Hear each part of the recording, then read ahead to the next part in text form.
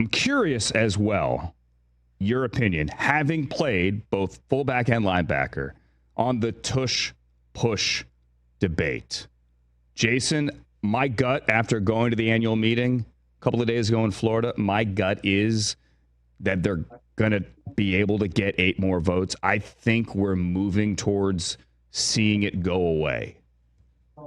Yeah, and the counter argument to the tush push is the fact that defensive players aren't allowed to push their defensive linemen forward. So there's really no way to counter this play.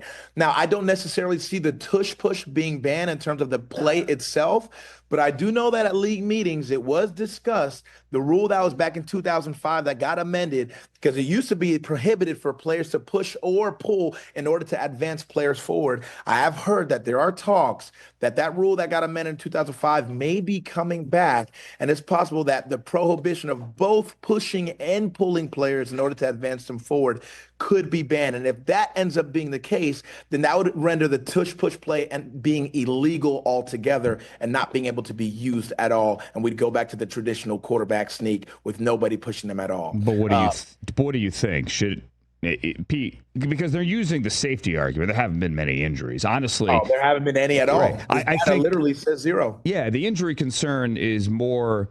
It's not on Jalen Hurts or anyone in that scrum. It's everywhere else, as you just said, everywhere else on the field. Like if they're allowed to push Jalen Hurts, why isn't the defense allowed to gang tackle and carry Devontae Smith back 15 yards? I agree.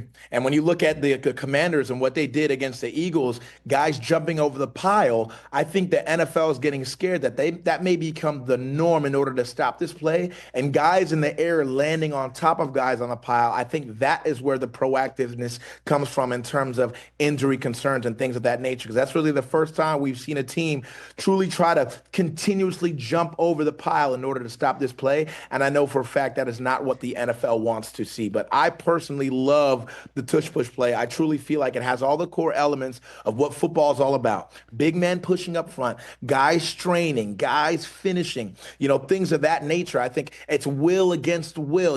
It's a play that doesn't take a whole lot of talent, but it takes all the will. And I think that's what football is all about. So I'm not in favor of this play being banned, but I understand from a standpoint of how this thing can evolve and what defenses will start to do to stop it. And I think that's where the injury concern starts to come in. All right, Jason, here's an unpopular opinion here. Go back to the playoff game, the NFC Championship game with Frankie Louvu jumping over the top. And I agree with you. They want to take that away. They want to make sure that was an ugly look. They want to make sure that doesn't happen again. Shouldn't that be a personal foul when he hit Jalen Hurts? Because let's say he was lined up on edge, okay? And let's say he went right around the tackle. They're going to blow the whistle if he's offsides. That's unabated to the quarterback. And if he continued and hit Jalen Hurts, that's 15 yards. So if he's going to go over the top and hit the quarterback, even if it's not bad contact, you are still hitting the quarterback behind the line of scrimmage when you're going offsides. That should be 15 yards.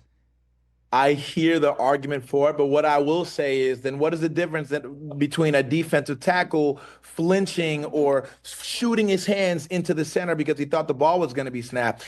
That's normally just an encroachment penalty. Right. I understand that we're really sensitive when the quarterback gets hit and thinking of it as a personal foul, maybe unnecessary that's roughness. Why we blow the whistle. No, stop. Don't let him get to the quarterback. Blow the whistle.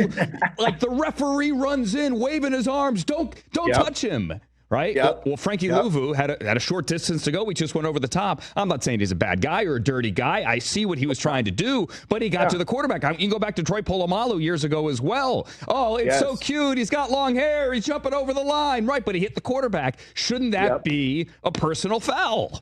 Yes, and I think that is the wormhole that the NFL doesn't want to open, because now everything's going to be open to interpretation. Now things are going to get confusing because it's not something that they're used to ruling. It's not something that they're used to seeing.